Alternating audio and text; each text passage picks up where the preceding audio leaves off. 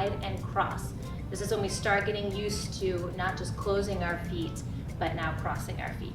So again, starting with our left leg, you're gonna go out to the side, just like the side basic, but then instead of closing your feet, you're gonna take that foot and cross it over, right?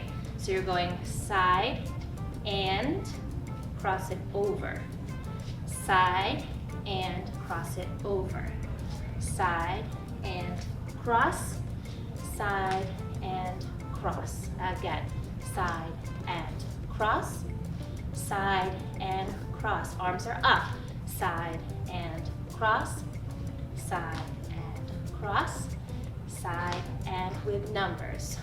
1, 2, 3, 5, 6, 7.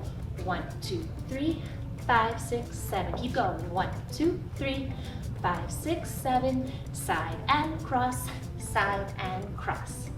Good job. That's your side and cross.